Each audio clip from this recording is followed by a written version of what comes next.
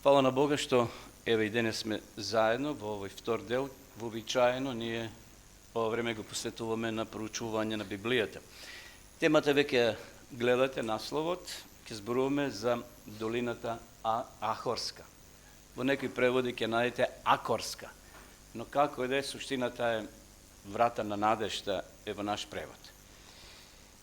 Тука сме да се храбриме, да ја закнуваме нашата вера и надеж, зашто ќе видиме подолу во нашата тема, се случува кога паѓаме во духот, ни паѓа верата, ни паѓа надежта, кога ќе не идеме на проблеми, на искушенија, лоша диагноза од докторот, ќе се најдеме на болничка постела.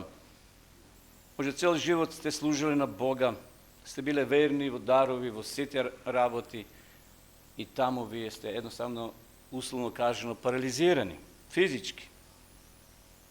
И се прашувате, Боже, зошто? Ајде денеска да малце се охрабриме и да видиме таа врата на надежта, да ја пронајдеме целосно и да поминеме низ неа. А да се помине низ таа врата потребна е вера, потребна е исто така надеж. На почетокот ќе ве повикам сите вие кои сте овде и кои не гледате, ако имате можност да отвориме во Библијата Осија 2 глава. Еве, ние овде ќе го читаме на екранот, овој текст или овие два текста, вака вели. Пророк Осија ги запишал. И ќе ја дадам оттаму лозата нејзина и долината Ахор како трем на надеж. Знаете трем што е? Трем. Што е трем? Пред да влезеш во куќата има надкрито е. Трем. Знаете, кога врне дожд, кога е невреме, мало тремче, мала насречница, многу значи. И таму таа ке пее, како во деновите на својата младост и како во денот, кога излезе од египетската земја. И во тој ден, вели Господ, ти ке ми велиш, мажу мој, и нема повеќе да ми велиш, валу мој. Во овој дел, во Светото писмо, браќи и сестри, може да кажеме, дека се наоѓа едно од најмокните, најсилните пророштва за божествената моќ на обнова. Кога израелците ќе паднат толку ниско, за кои ми ќе прочитаме текстови, што се случило во нивните шатори, ќе видите големо проклетство, кога луѓето биле едноставно изненадени во смисол сето зло како да се срушило во нивните шатори. Сепак ќе има надеж. Интересно, еве ова слика ме побарав малце да не доближи до местото каде што Бог ќе го обнови израелскиот народ. Југозападно од градот Ерихон се наоѓа долината позната како Ахор. Градот Ерихон пошто ви е познат? Пошто ви е познат? Паѓање ѕидови. Тој е првиот град за влез во ветената земја. И мора да го освои израелците. И знаеме кога 7 пати оделе околу ѕидовите, сами паднале од трубите наводно, но тоа не е од трубите, туку од силата Господова.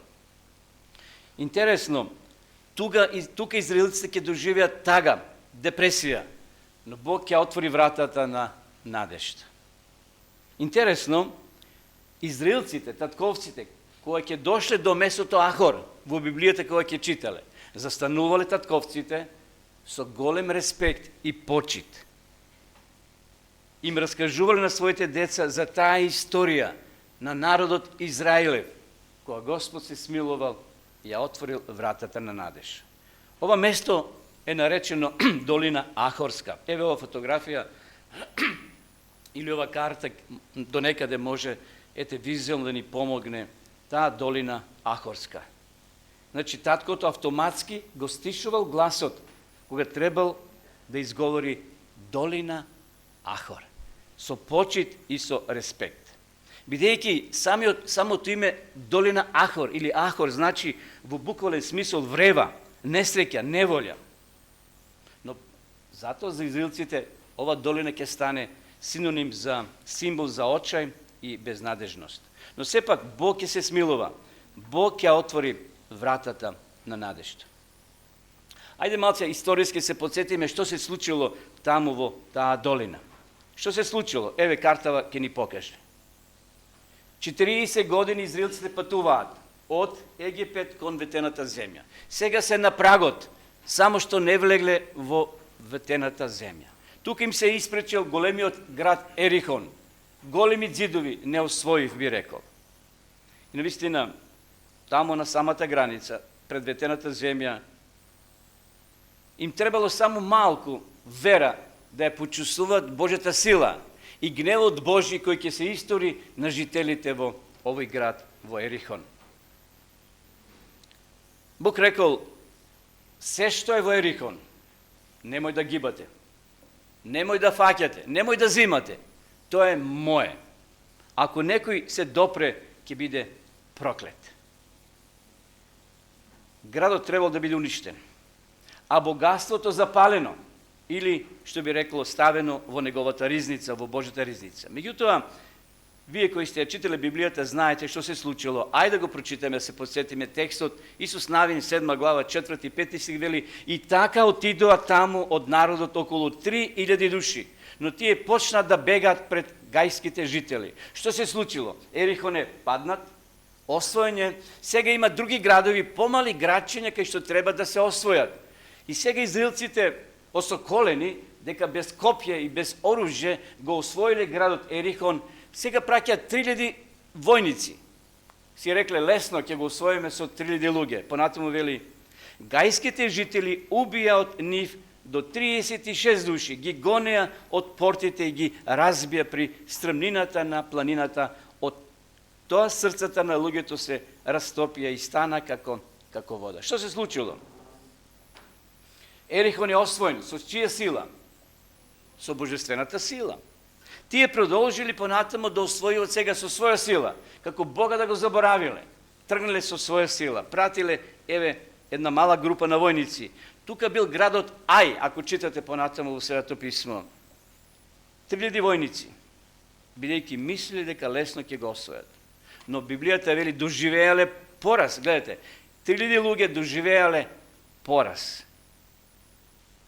Го победиле Ерихон со вера, со молитва, а сега изгубиле од овие жители во градот Ај. Луѓето биле толку изнемоштени, мислам војниците израелски, толку изнемоштени, овде вели, се растопија и стана како вода. Изгубија морал. Знаете кога војник изгуби морал? Тој ќе се предаде. Не сака да биде убиен. И сега, што се случува понатаму? Еви ги текстовите. Значи, ова се случува на ова територија. Текстот вели, стани, очисти го народот и кажи, Бог му вели на Исус Навин, очистете се за утрем, бидејќи така вели Господ, Бог Израелев. Проколното е во тебе. Израел има нешто што смрди, извинете на зборот, условно кажано. Тргнале со 3000 луѓе, доживеале неуспех. Бог вели, собери го народот. Затоа ти не ќе можеш да издржиш пред непријателите своји, додека не го отстраниш од себе си проклетството. Соберете сутре сите според племињата своји. Племето, пак што ќе го покаже Господ, нека мине поред овите. И родот, што ќе го покаже Господ, нека мине по домовите, што ќе го покаже Господ, и нека мине човек по човек. Интересно, што се случува? Во народот, во шаторите имало клетва, имало проклетство. И затоа на бојното поле доживувале несреќа, браќи и сестри. И што се случило? Знаеме, еден човек, како се викаше овој човек? Ахан, се чуле за него? Се полакомил, некој зел овци, наводно ќе ги принесил на Господа. Некој си зел некој парче злато, сребро што нашле. Ерихон бил трговски центар, имало богати луѓе. Се останало, зашто луѓето били убиени, уништени. Бог рекол, не фаќајте, немој да зимате за себе, но некој се полакомил и го скрил дома, под креветот, во шаторот. Гледате овие две фотографии, тоа ни го илустрираат. И Бог рекол, не можеме да одеме понатаму. Мора да бидете искрени, мора да бидете честни. И еве го текстот. Откако стана утредента рано, Исус, се мисли на Исус Навин, ги преведе луѓето според племињата своји. ги преведе, ги преброи, ги прегледа. И беше покажано јудиното племе. Затоа заповеда да минат родовите на Јуда. И беше посочен родот на Зара. Му заповеда за Заровиот род да мине според домовите. И се појави родот на Завдија. Понатаму, сега доаѓа Ахан. И беше покажан Ахан, синот на Хамрија, син на Завдија. Заров син од јудиното племе. Тогаш Исус му рече на Ахана: синко, гледате со кој збор, присен, братски, сестрински, родбински, синко, прослави Господа Бога Израелев. Исповедај се пред Него и кажи ми, што си направил, не крий од мене. Ахан му одговори на Исус и рече: навистина јас грешив пред Господа Бог Израелев. И го направив ова и ова. Меѓу предметите, пленети, видов една убава и добра облека. Елите, овој за облека се полакомил. И 2 дидрахми сребро, и еден сосуд или посуда, значи, од злато, со вредност од 50 дидрахми. Тоа ми се свиде, ми се допадна. Јас го зедов. И ете, тоа е сокриено во земјата, во домот мој, и среброто, и сокриеното под него. Браќи и сестри, Бог понекогаш драстично постапува, може би за нас несватливо. Како во Новиот Завет, кога ќе го видиме текстот во Дела на апостолите со Анани и Сафира, тој брачен пар. После тој настан имало кражби на големо, со врејки се крадело. Меѓутоа Бог така не реагира. Но Бог понекогаш мора да ја изреагира, да даде совет за следните генерации. И еве што се случило. Тој дом бил каменуван, според тогашните обичаи и закони. Гледате, колку е важно, браќи и сестри, во ред Ахан признал, но не го почитувале Бога со тоа, покажале поценување на Бога и на неговите. Гледате колку е лакомството грев и тешко. Тешко е лакомството. И ако може некој грам има и кај нас да се ослободиме, Денеска, браќи и сестри, има навистина многу проблеми во општество. Денеска луѓе кои се на позиција толку се грамзливи, не се задоволни со тоа што го имат, но уште повеќе. Да се ослободиме ние од сето тоа. Тоа било навистина, да се вратиме повторно ова слика, трагичен крај за ова семејство. Трагичен крај. Овој настан ќе остави црна дамка на израелците и на ова генерација на луѓе. Црна дамка во историјата на израелскиот народ. Тоа е сеќавање на овој трагичен настан. И затоа израелците, кога доаѓале до овој момент, татковците го стишувале гласот, кога им раскажувале на децата за овој немил настан во нивната историја.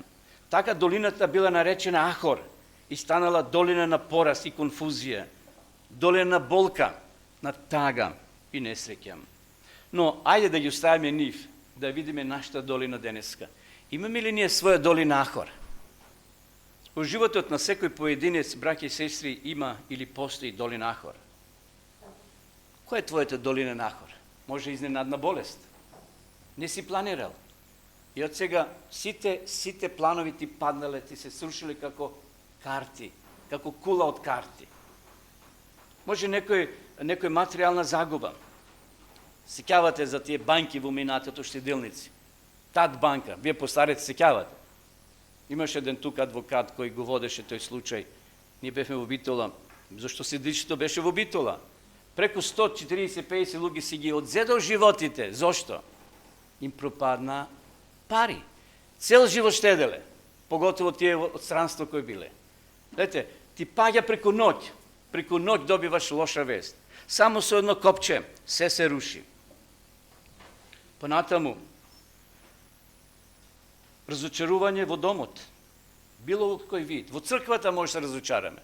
Дали во Бога може да се разочараме? Некои, на жалост, и тоа го имат. Тоа е состојба кога сме физички или емоционално многу слаби. Но не били имани ни луѓето во минатото. Па Исус имал своја долина на Ахор. Која била долината Ахор на Исуса? Која била?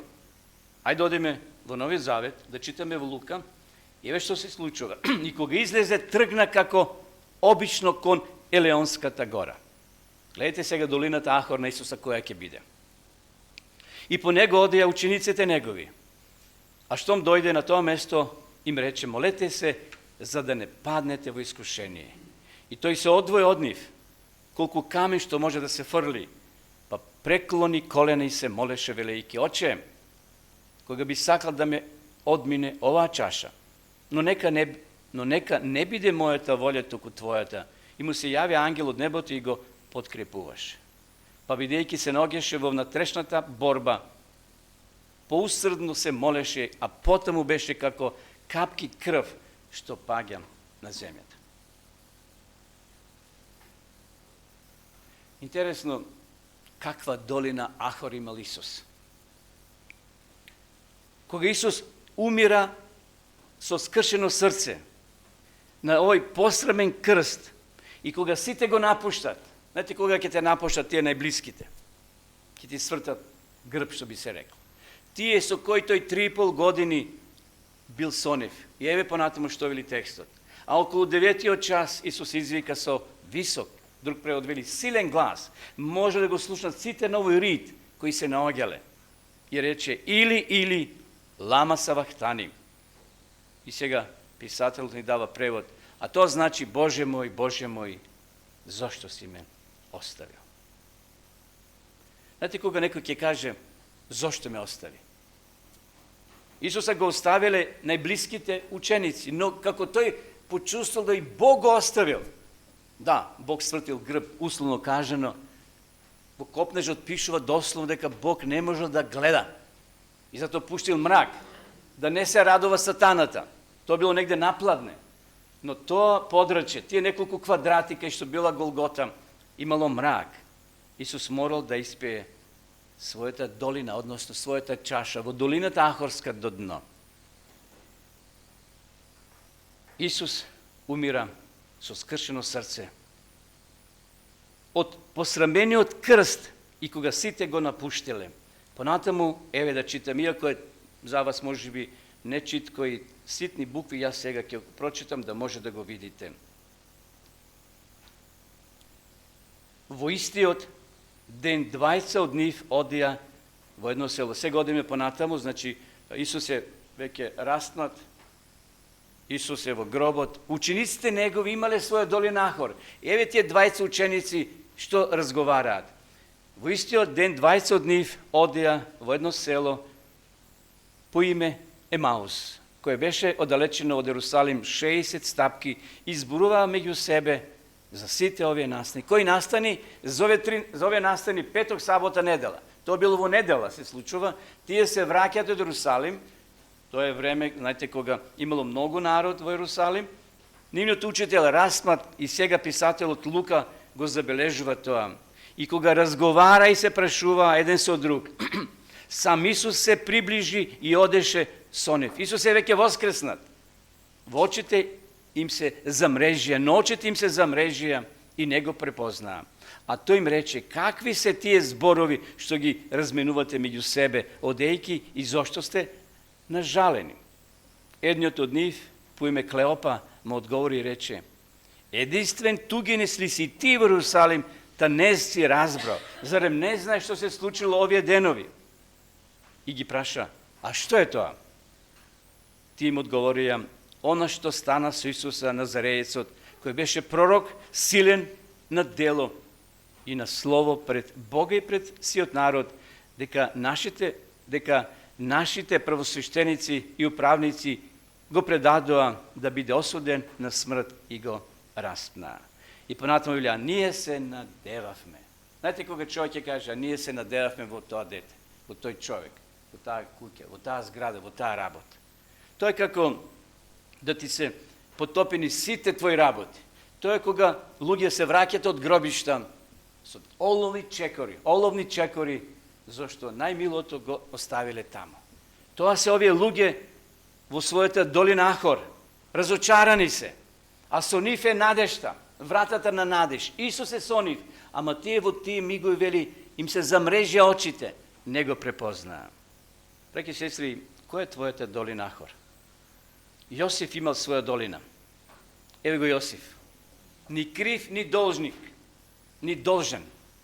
Ќе се најде во Зандана, ќе се најде во zatvora. Josif ne bil čovjek od 50 godini. Josif ne bil čovjek со големо искуство, od 6 ili pri крајот на животот, od 70, 80, 90 години. Јосиф имал 18 години, 19, 20 години. Цветот на младоста. Тој не знал да лаже, не знал да краде. Бил воспитан во едно среќно семејство. Кога велам среќно, 12 деца. Но таткото, како повеќе да го сакал Јосиф и Венијамина, но тоа ќе го ставиме сега без коментар. Јосиф се наоѓа во затвор. Први неговите браќа го пикаат во таа дупка, а потоа ни должен, ни виновен ќе се најде повторно во својата темница.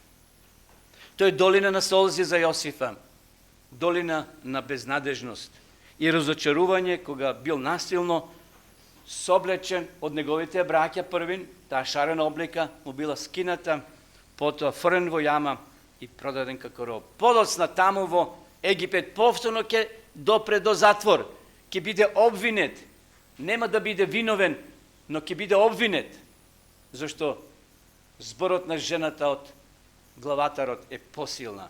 Посилен е тој збор од таа жена на тој човек кој управувал со Египет. Но Јосиф ќе издржи. Јосиф ќе помени својата долина. Долина Ахор и ќе излезе уште посилен. Уште еден човек имал своја долина, Илија. Тоа било долина на очај, долина на разочарување. Долина на тага, кога избегал во пустиња од жената Језавеля. Замислете, тој ќе доживе кулминација горе на она брдо Кармил, која ќе се соочи со колку, 500, 600 пророци. Замислете, колку силен ќе биде. Тој доказ дека сите ние сме слаби во еден миг. Затоа Библијата вели, кој мисли да стои, нека внимава да не падне. Кој мисли да стои, нека внимава да не падне. Илија горе сокриен во пештерата. Гласниците, војската го барат на секаде. И во еден миг тој ќе побара да умре. Боже, земја мојата душа, подобро да умрам. Браќи и сестри, секој од нас има своја долина на разочарување и пораз во животот. Секој од нас поминува или ќе помине низ долината Ахор, долината на безнадежност, тага и разочарување. Уште еден човек имал своја долина. Гледате Давид, мал човек според Голијат. Голијат е голем, градосија. Но ова е среќен крај за Давида. Меѓутоа и тој имал своји падови, своји долини, своји разочарување. Кога неговото родено дете, како се викаше? Авеселом, ќе крене во стание. И тој ќе го жали како родител. Колку да се децата лоши спрема нас, родителите ги сакаат. И тоа дете каде ќе заврши? На гранка ќе се фати со неговата коса. Навистина,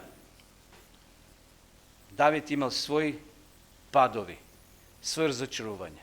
Меѓутоа, гледате сега, каде тој ќе најде надежда? Ајде да го читаме овој текст. Кога би тргнал и по долината на смртната, еве, за која долина зборува. Ова долина сите нас не очекува, браќи и сестри, ако Исус не дојде наскоро.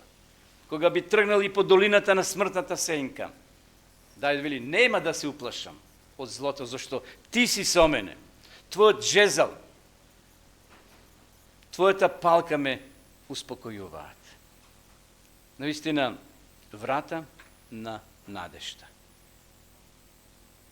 Сепак, ова пророштво на долината Ахорска не застанува до не текстови што ги читавме на почетокот. Разочарување, кога ова семејство доживеало неуспех и едноставно црна дамка оставила овој настан во животот на израелците. Бог вели, ќе ја направам долината Ахорска, што? Врата на што? На надежда. Интересно, врата на надежда. Они кои ќе влезат во својата долина Ахорска, гледате овие две фотографии различити. Лево е долина Ахорска, а десно зелено оаза, врата на надежда. Ќе направам, ќе ја претворам ова проколната долина Ахор во врата на надежда. Браќи и сестри, Бог е способен и твојата долина на Ахор да те помине низ вратата на надежда, да излезеш уште посилен, појак и поверен. Зашто Павле вели, оти Бог кој некогаш заповеда, От темнината да изгрее светлина. Он ги озари срцата наши, за да биде познанието на славата Божја во лицето на Исуса Христа. Сега повторно ќе се вратиме да споменеме за Јосифа текстови кај што тој навистина ќе доживе својата долина Ахор. Прва Мојсеева 41 глава од 38 до 45 стих. Еве, јас накратко ќе прочитам. Па им рече фараон на слугите своји: зар можеме да најдеме човек како што е овој, во кого има Дух Божи? Гледате сега, први зборувавме за Јосиф ќе доживе својата долина Ахор, но сега Бог ќе го извади од таа долина, ќе го постави да биде втор човек во Египет. И му рече фараонот на Јосифа: бидејќи Бог тебе ти откри се во ова, то нема човек толку мудар и поразумен како што си ти. Ти ќе бидеш над мојот дом. Замислете, каква доверба. И целиот народ мој ќе го слушат зборот твој. Тој фактички бил појак и од самиот фараон. Фараон само ударал печати со прстенот, би рекло. Подписи давал. Но сето богатство кое располагало Египет ќе дозволува Јосиф тоа да се случи, односно да добиват жито и така натаму. Еве те поставувам денес на целата земја египетска. И го изведе фараонот прстенот од раката своја и му го стави на Јосифа на рака и го облече во облека од најфина ткаенина. И му стави златна веришка околу вратот и заповеда да го возат во неговата втора кола. А гласник пред него да извикува: Абрек, Абрек, Абрек, што значи? Тргајте се, поклонувајте се. И го постави на целата земја египетска и уште му рече фараон на Јосифа: јас сум фараон, но без тебе никој нема да крене рака, ни нога во целата земја египетски. Го нарече фараонот Јосиф Пеонто Фаникс и го ожени со Асенета, керката на Петефри или полски жрец. Каква предност, како благослов. Гледате, ако и ние имаме своја долина Ахор, сме паднале долу, немој да учајуваме. Има врата, има надеж. Јосиф не можел да сонува дека ќе дојде до втор човек во Египет. Фактички ќе биде и појак од самиот фараон. Зашто ништо вели не криеше од него. До вчера тој доживе искуство на долина Ахор, понижување, тага, но преку ног би рекол, преку ног, тој сега Бог му ја отвара вратата на надежта и радоста. Тој станал премиер, се возел со златна кочија, пред него одела гарда, го чувале и му кажувале: Абрек, Абрек, поклонете се, се мисли на обичниот народ. Ајде го споменем и Даниел. Даниел исто така имал свој долина Ахор. Неговата долина Ахор била јамата, лавовска. Гледавме утрово синоќи со малиот баш приказни. 10 лавова нацртани се. Замислите, 10 лавови. Јосиф доле, Данило доле, во јамата. 10 лавови. Сите мирни како јагненца. А тој лежи на едниот лав. Зашто Бог сега таа долина Ахорска, кој му е спремиле други на Данило, ќе ја претвори во врата на надежда. Еве го текстот. Тогаш царот заповеда и го доведоа Данаила, па го фрлија во лавовската јама, во долината Ахорска. Тогаш царот му рече на Данаила: твојот Бог, кому без престан му служиш. Обратите внимание на зборчето без престан. Данило не бил црквењак, па цел ден да седел во црква и да клечел. Не, во тој смисол. Туку тој бил човек поврзан со умот, со небото. Непрестано му служил на Бога, преку мисла. Тој нека те избави. Па донесо камен, го ставија врз отворот на јамата. Нешто слично како на гробот на Лазара што ставиле оној тркалезне камен, знаете, од сликеви. Камен ставиле, да не може некој да го украде телото на Лазара. Зошто и на Исуса тоа така направиле. Ставиле дури стражари на неговата гробница. Сега овде ставиле камен, вели. И го запечати со својот прстен и со прстењата на великодостојниците. Гледате, imalo poveke svedoci, ne samo sa prstenot na cara, zašto nekoj bi go podmitil, nego imalo i drugi. Kako deneska, na primjer, da se vleze u banka, u nekoj sef, jedan ključ, drug ključ, tret ključ, znači, jedni u drugi ne se vjeruvat, bi rekli. Međutim, to je zakon, znači, su poveke svedoci. I veli ponatamu, i gi dovedu one što go obvinuva Danajela. I gi frlija vo lavovskata jama. Kako nif samite taki dec. Сега se misli koga Danilo nele izlegol živ, site tije koji go obvinile, lažni svedoci su semejstva ke završat vo ta jama lavovska. No da li će ostanat živi? Ne. I сега gledajte, Bog od ta jama dolina, ke go izvadi Danajela. Kako blagoslov сега ke dobija cite žitili vo carstvo to. Vidjeki, ovoj car ke napiše dokument, ke napiše upastvo i ki gi poveka site luge da go sledat bogotna Danilo. Ajde da pročitam samo. Veli vaka. Poto caro Dari im napiše na site narodi, pleminji jazici koji živeja po celata zemlja, mirot da vi se umnoži. Blagoslov im dava. Izda vam naredba ili povelba vo sekoja oblast na carstvo moje da treperat i da se plašat pred kogo? Pred čiji Bog?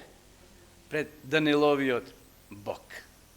Kako blagoslov? Zašto on je Bog živ i večno žive, a carstvo to njegove nepobedljivo. I njegovo to vladenje je beskrajno. On izbavova i spasova, pravi čudese i znaci po nebotu i zemljata. On go izbavi Danajela od silata na lovovite. I taka Danilo živeješe dobro i za caruvanje na Dariji, a i vo caruvanje to na Kir persijski. Interesno, može bi da kažem, jedinstven čovjek koji će prežive jedna vlada, druga vlada, treta vlada. Jedno carstvo paga, drugo doaga. Danilo ke ostane veren. Brake i sestri, koliko da je tvoja ta dolina Ahorska dlaboka, ima rešenje. Ima način da se izleze od toga. Samo ako mu bideme veri na Boga. Evo go Danilo. Сега да не ги спомнам ради времето, неговите другари Седрах, Мисах, Евденаго. И ти имале своя долина, жещена печка, отаму Бог ќе ги извади. Не знам која е твоята долина Ахорска. Но Павле вели, моята сила совршено се манифестира во слабоста. Зато понатаму ќе каже, кога сум слаб, зашто кога сум слаб, тогаш сум силен. Интересно. Како наопако да не е. Не, добро знаел Павле што зборува. Зашто кога сум слаб, тогаш сум силен. Кога сме слаби, тогаш сме најпогодни да делува Бог на нас. А кога сме здрави, силни, срекни, богати, имаш душу за многу години, јади и пи, весели се. Така рекол богатиот во Лука во Евангелието. Но таа ног дојде ангелот и му ја соопшти таа страшна вест. Не знам кои се твоите долини, но секој од нас поминува ни својата долина, браќи и сестри. Ево го текстот. Мојата сила совршено се манифестира или се покаже во слабоста. Зато Павле можел да каже, зашто кога сум слаб, тогаш сум силен. И сега, пред да завршиме, само да споменеме две личности. Лудвиг ван Бетовен. Роден, еве, гледате бројката, 17. декември 1770 година во Бон. Починал на 26. март 1827 година во Виена. Гледате колко малку живеел. Колко вело малку, некоја бројка, ете, не би посакале многу повеќе од тоа секако, но тој завршил во својата 57 година. Но знаете зошто го спомнувам? И тој имал свој долина. Имал свој долин или долина Нахор. Бил слеп, но најдоброто своје дело, тој го напишал кога бил слеп. Замислите. Не се откажувал од животот, без разлика што ослепел. Втора личност, Хелен Келер, 27. јуни 1880 година родена, 1. јуни 1968 година. 88 години живеала. Кој е Хелен Келер? Често пати ја спомнуваме. Кога имала 19 месеци, во нејзината историја запишено дека добила силна треска, силна температура, воспаление на мозокот и станала целосно слепа, нема и глува. Но дури и во таква своја долина Ахор, својата Ахорска долина би рекол, во таква состојба научила под број 1 да пишува, број 2 да чита и трето да комуницира со луѓето. Покрај англискиот јазик, таа научила уште неколку јазици, латински, француски и германски. На колку месеци? 19 месеци. Едно бебче би рекле, но не се откажала. Таа ја пронашла својата врата на надежта. Доживеела Ахорска долина, но Бог ја благословил. И била мотив за многу генерации, за многу жени, за многу мажи, за многу луѓе кои ќе доживеат своја долина Ахорска.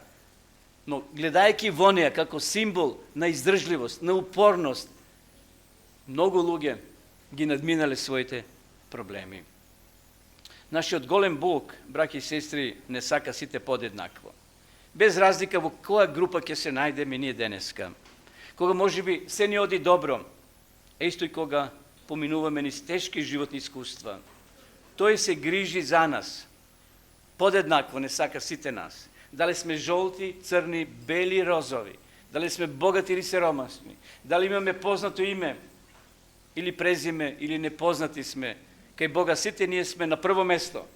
Кај Бога ние сме сите во првите редови. И затоа нека ова размислување помогне да се охрабриме, да се освежиме малку и да сватиме дека не сме сами. Еве што запишал Јован. Кога сме во својата долина Ахор, Бог, Исус Христос, ни ја нуди својата врата на надеж. Еве што пишува: вистина, вистина ви велам, кој не влегува низ вратата во овчето трло, а прескокнува од другата страна крадец и разбойник. А кој влегува низ вратата, пастир е на овците. Нему вратарот му отвара и овците го слушаат гласот негов. И тој ги, вели понатаму текстот, вика своите овци по име и ги изведува.